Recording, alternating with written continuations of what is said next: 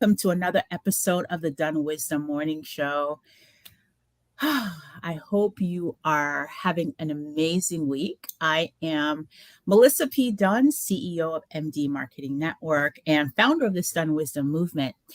And I love to introduce you to women who are getting it done with ease and grace, women who um, are already on their own journey of self-discovery. A lot of the women that I introduce you to are experts in their field, and today is no different. Today's show, we are going to be talking to Miss Marsha Fashina, who is the principal of the Portmore Group.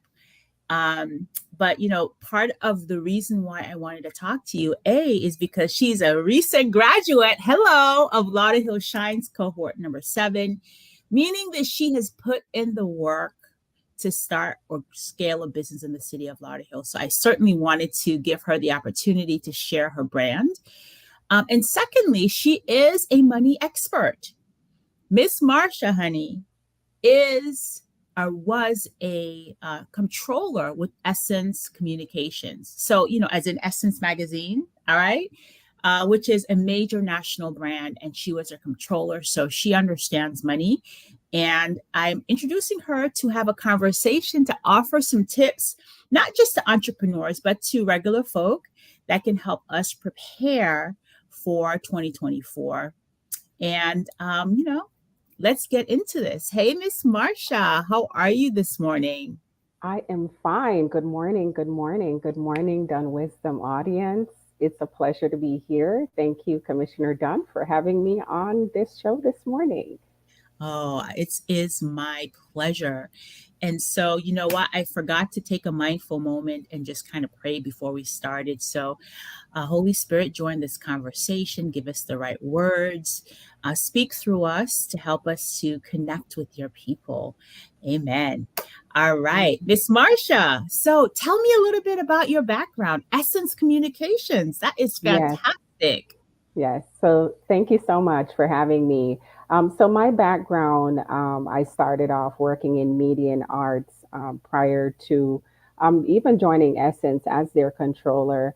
I worked in media, trade show, and real estate development, real estate investments. And over the years of acquiring, vast exposure in finance and accounting, it led me to, have exposure in venture capital, healthcare, um, orthopedic investments, and so forth. So for my Essence exposure, it was really, really um, one of the most proud moments for me in my career to have worked for such a great organization, and the exposure that it provided me. It has really shaped and formed who I am today as a businesswoman, and as I provide that expertise to business owners to stand their business up, to help them run their organizations and optimize, especially in an industry today that we see is constantly changing with artificial intelligence and all the different tax rules and business management rules around that. So I definitely can say that on my journey, having ex- exposure in so many different areas of business, it has led me to who I am today and why I started the Portmore Group. Oh, that's so fantastic. So, did you always know that you wanted to work in finance? Was that always your ambition? It's a funny story. When I was a child, I'm from the island of Jamaica. I Woo-hoo. remember thinking about what do I want to be when I grow up? And as your children, as Caribbean people, we tend to want to be lawyers and doctors. And I don't think it shaped or formed what I wanted to be. But I Mm-hmm. do have a vivid memory of telling myself as a child that I want to be a person that someone is going to need in their business. I remember that very Fantastic. clearly. Oh, And so I fantastic. said, okay, being a businesswoman is one thing, but what kind of businesswoman could I be that someone is definitely going to need my services? So I would definitely have to be in demand in order, you know, to continuously have a source of income and build wealth for myself and my family. Oh, So that's fantastic. literally how finance came into play. Okay. And so, the Portmore group, I mean, if you hadn't told me that you're from Jamaica, I would have figured based on the name of your company, because Portmore is, a big metropolitan area in like the Kingston area. So, was that the city of Portmore? Is there a connection for you with the name of your business? It is a connection for me. I was born in Kingston, or well, actually, they call it Kingston, but I was born in St. Andrew, but I was raised in Portmore. And forever have always been just so proud of my background and just my roots and the smarts that coming up as a young person and seeing growth. Portmore has always been a city of growth. It started small and it's now, I think, Jamaica's third city. And as well Mm. as I think recently they've been, making it a parish of its own. So Oh, that wow, I shaped and hadn't heard that. formed, That's yeah, amazing. that Well, actually shaped and formed the reason why it was just grounding for me to be from such a great city. yeah. Well, that trajectory of Portmore, I think, speaks well to what you're hoping to do with small businesses, right? Start out small and grounded and then help them to grow to a place where they can really take off on their own. So, what kind of services do you offer the Portmore Group? So we offer fractional CFO services. We offer accounting Well, what does services. that mean? What is fractional CFO? What is that? Thank you for asking that. So what is fractional CFO services? The word fractional obviously means a portion of something. So fractional CFO services is literally a person that sits in on a business and acts as a CFO and provides advisory services to running a company. So, what that service typically provides is to business owners that may not be able to afford a full time CFO and the CFO guidance of how to run your business in terms of putting your financial statements together, putting business strategy together for your business, helping you to set your business financials up according to US GAAP rules. That is what a fractional CFO does. So we are more so of a board or a guidance to your business and not on a full-time basis. Okay, that's so important, particularly for small businesses. That's just at the part where they are preparing to scale, right? Is to have that. Is that something that you do virtually, or is that something that you do in person? I'm So I curious. actually do both. I do it in person and I do it virtually. So for, if I do have clients that are probably in Atlanta, Georgia or New York, Or I Jamaica. or Jamaica, yes, as well. I do provide those services to them virtually. And if it's required that I show up in person, let's just say they have a meeting with a bank that they need to have somebody speak on their behalf as to how to review their financial statements, talk about their business performance. And, probably you're looking at projections. Let's just say you're looking to hire more persons, you're Mm-hmm. looking to get a bank loan or to acquire more financing to firm your business up. These are things that a fractional CFO can help you to do and just structure your business. So if if I would need to show up in person and sit with you to meet with your banker, that would be, something that my services provide as well as a fractional CFO. Okay, got it. So you offer fractional CFO services, which really is someone that kind of helps you to come up with a strategic plan for your finances to help you to get you Correct. from where you are to where you want to go. Is that an Correct. accurate reflection? That is correct. Okay. And then what else do you do? We do accounting. So for companies that don't have full-time accounting services, if you are looking for someone to do just your bookkeeping, whether you're in property management or you're running a event planning business or you're selling stuff on an e-commerce site. I know e-commerce is a very big deal now. And what we have are a lot of business owners who they run their e-commerce and they're so busy being in the business that the operation side gets neglected. So for Mm-hmm. the accounting services, we're helping you to record your transactions every month. We're doing your bank reconciliations. We're doing your cash planning for you. Cash planning is very important in business because it helps you with your budget, it helps you with your payroll, and it kind of also helps you to know what do you want to project for what your business needs to make in order to stay afloat or just exceed and grow. So those are some of the accounting services we do provide. Oh yeah, that's really powerful. I there's a book, one of my favorite business books ever, was written by Jack Welch, who, as you know, is like one of the main Fortune 500 CEOs of the 80s and the 90s. And Jack Welch said that that there really, as a CEO, there are two things that's really important for you to have on your right side and on your left side, and that's your people and your money person, right? So somebody that from HR that can help you, get the right people on your team and help lead them in such a way that will execute your vision well. And then the second piece that's critical is your money person, the one that's going to help you to structure the deals and set it up in such a way that you'll be able to not only meet your shareholders' expectations, but also be able to provide for your people well. Correct, correct. And I think it's important to understand that sometimes what we really need in business is systems.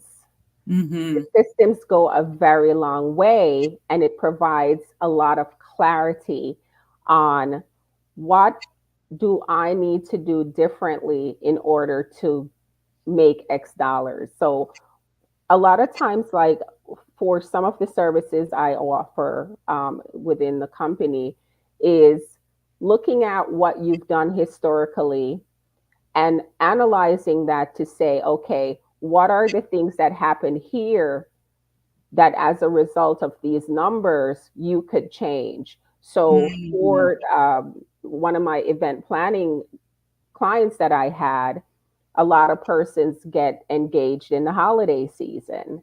And so I said, if you look at your numbers for the summer of the summer of this year sometimes determine the guests, the clients you captured while you were marketing this holiday season or the holiday season before.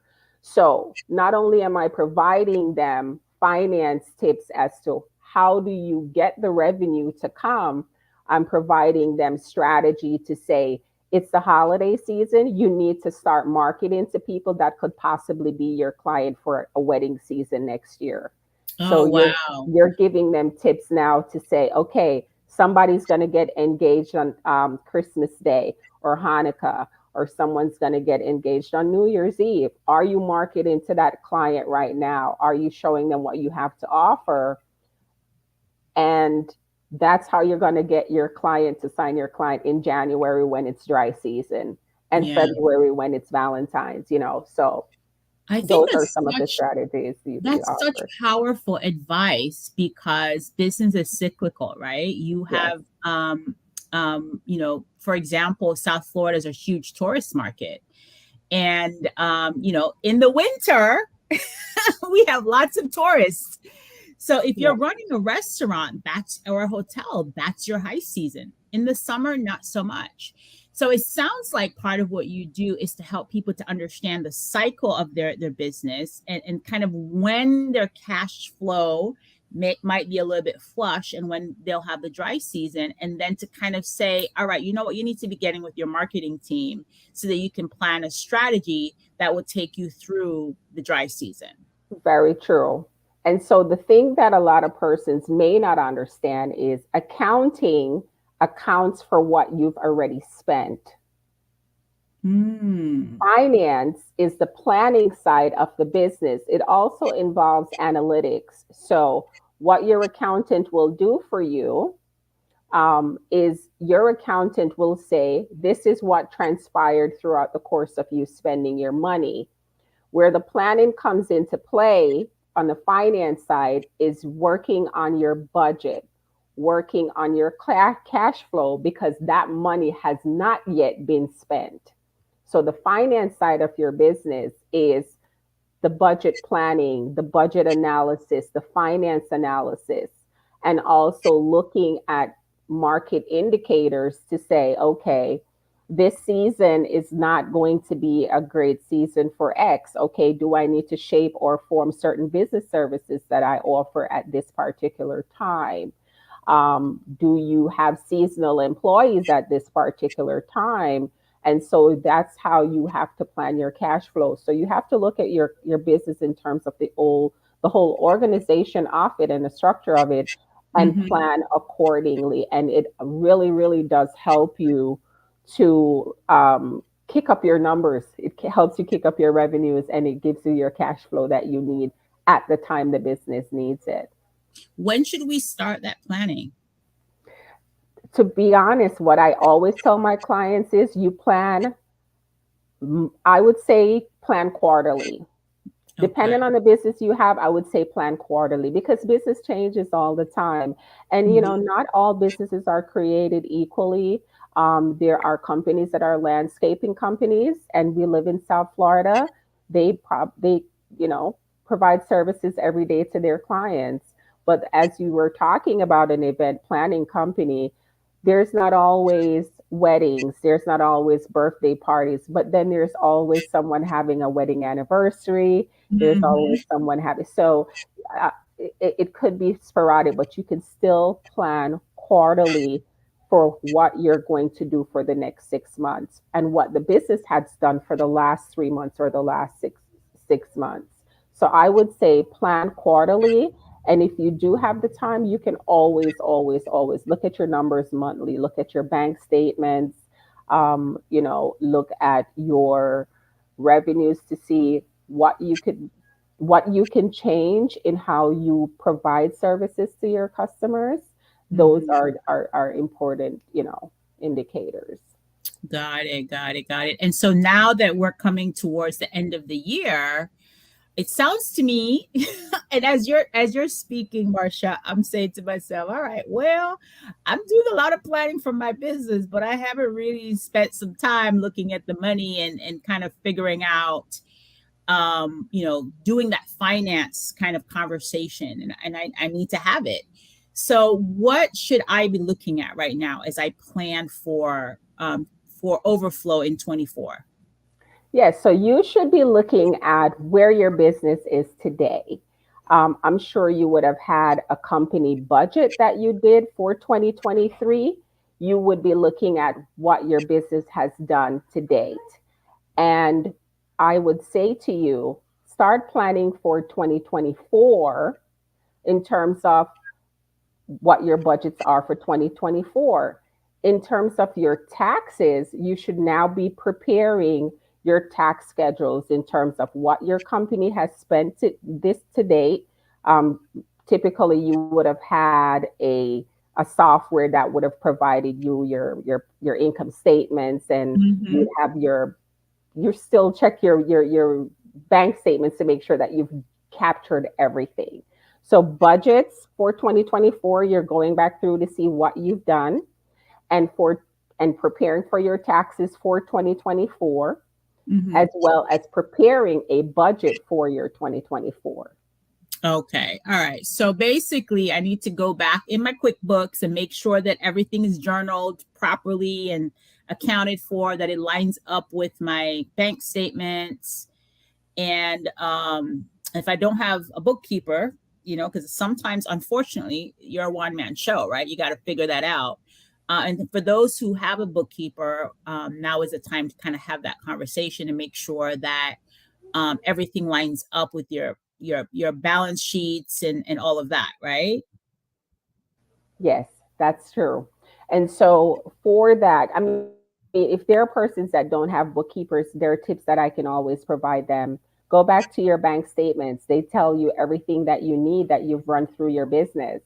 And, there are a lot of different softwares that are very cost efficient for small business owners. There is always a low budget version of like a Zero or QuickBooks or FreshBooks. Those softwares are, maybe you can get subscriptions for as little as $8 a month to run your business. So I would say if you don't have that, you can use your own bank statements, download them, go through them, and categorize your expenses. It's important to categorize your expenses because these are what helps you with your tax deductions as a business. For Mhm. 2023, you have several tax deductions that you can take advantage of, based on the small business that you have. Your internet and utilities for your business are 100% tax deductible. If you have a home office, there's a percentage of that. There's rules around that you can write a portion of your home office off in your business. So I would say go through your bank statements, itemize as you go, and group those expenses together to prepare for your tax season. All right. So listen, guys, if you want to, if you, let me fix this right. But if you do want to meet and learn some tips and kind of connect with our guest today, she is offering free discovery calls, right? Yes, All right. So I'm gonna put that information up on the screen. Um, is that accurate? Wait, the wrong one. All right. Is that accurate? yes, Discovery calls opens or just yes. discovery calls? Okay. Discovery All call, right. discovery So calls. okay, let me Mhm. edit that real quick.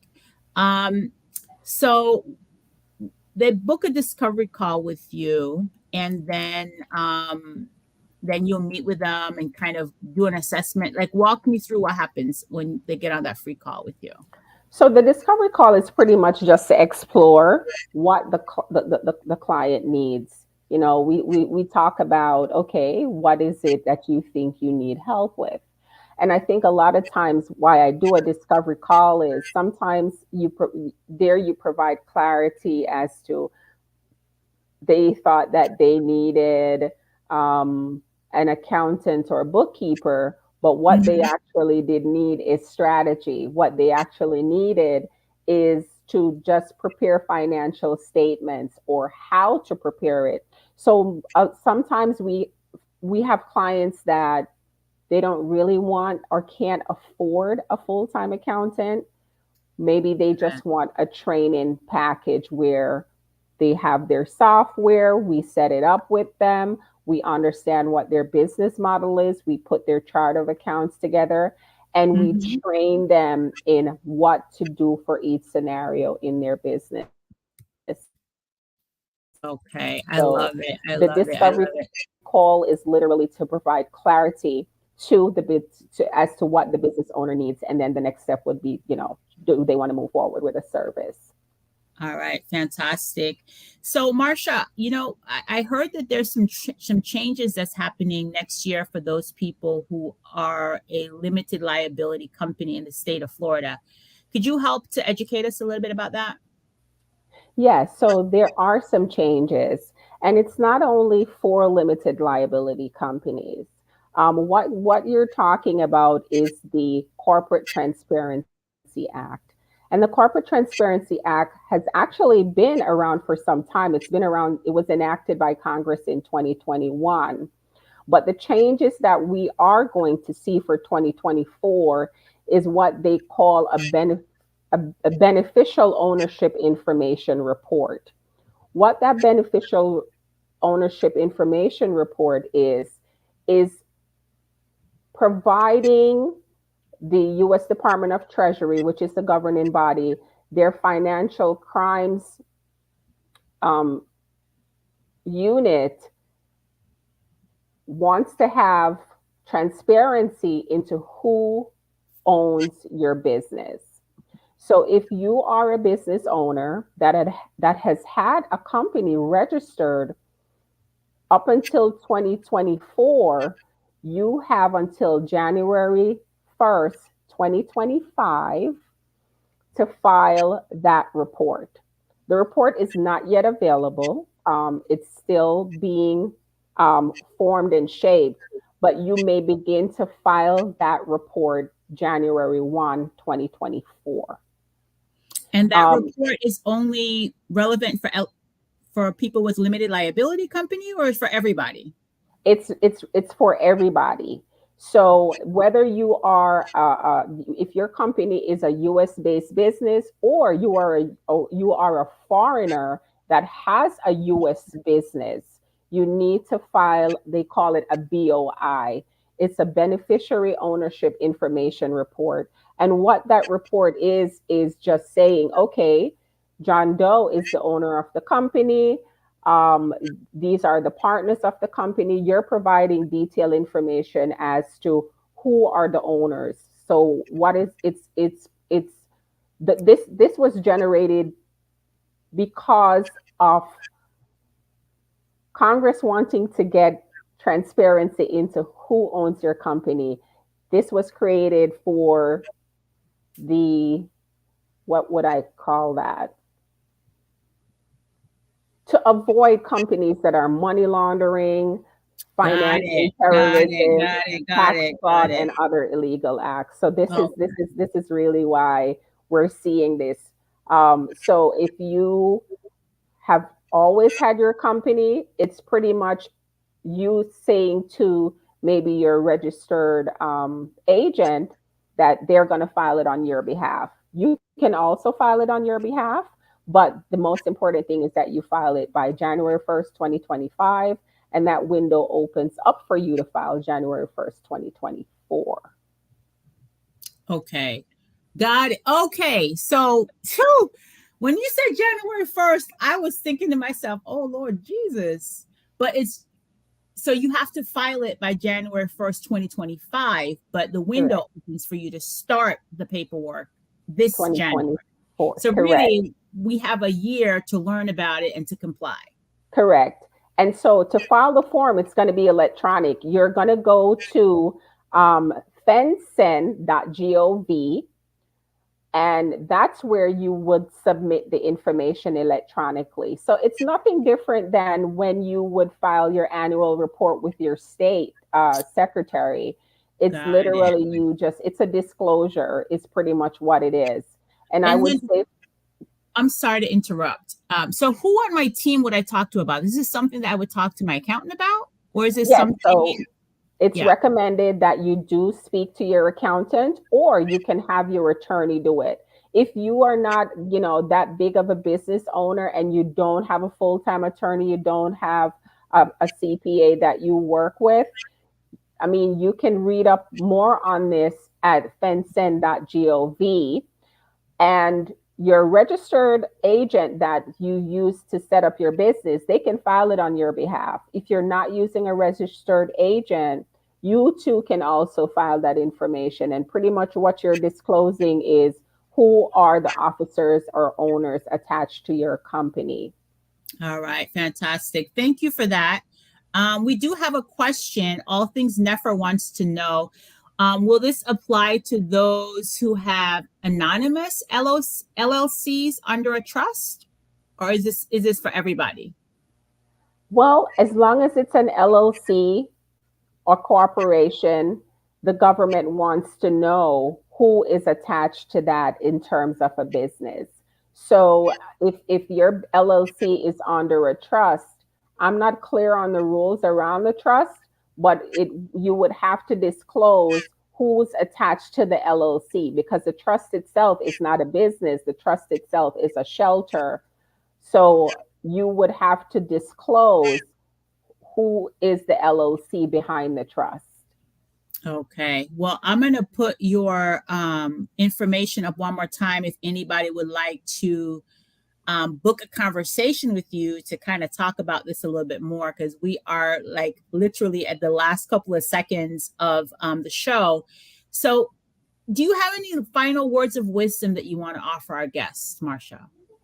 So, for new business owners, I will tell you this: if you are going to start your business in 2025, you can do that. And if you need to get the support you need, my company, the Portmore Group, is here to assist you. We do help companies that are startups that are looking to, level the confusion that they have as a new business owner. And we're here to provide you the guidance you need. I started my journey very, very early, and I'm here to provide you with all the support you need to set your business up and be successful at it. Yeah. So one of the things you guys need to know about Marsha, she's quite humble. Okay. So this is a person that Essence Communication, a multinational company, hired as her controller. So she is now available to work with small businesses. And I'm super proud of you, Marsha. You are one of the graduates from Lauderhill Shines program from cohort number 7, and you have also moved on to be in our Lauderhill Shines Move to Millions Thank mastermind you. group. So I fully expect that that you're going to add a lot of value. Hey, Barbara, good morning to you. Thank you for watching another Lauderhill business, ma'am. Good And morning. then, all right. So All Things Nefer says thank you. Everybody, thank you so much for watching this episode of the Dunn Wisdom Morning Show. Do a screen grab real quick if you want to schedule a conversation with Miss Marsha there. I have put the information up also in the chat. Use the last link that I post. All right, Marsha, thank you so much for being our guest this morning. Thank you guys for Thank watching this you. episode. Thank you for watching this episode of the Dunn Wisdom Morning Show. As you go into the holiday seasons, I want to remind you to be kind and loving to yourself. You absolutely deserve it. We'll be back here next week, Wednesday at 9 a.m., where I will be sharing with you I'll be doing a solo show, and I'll be sharing with you some information that would help you move your life and your business forward. Again, I am Melissa P. Dunn, CEO of MD Marketing Network and founder of this Dunn Wisdom movement. Be well, everyone, and happy holidays.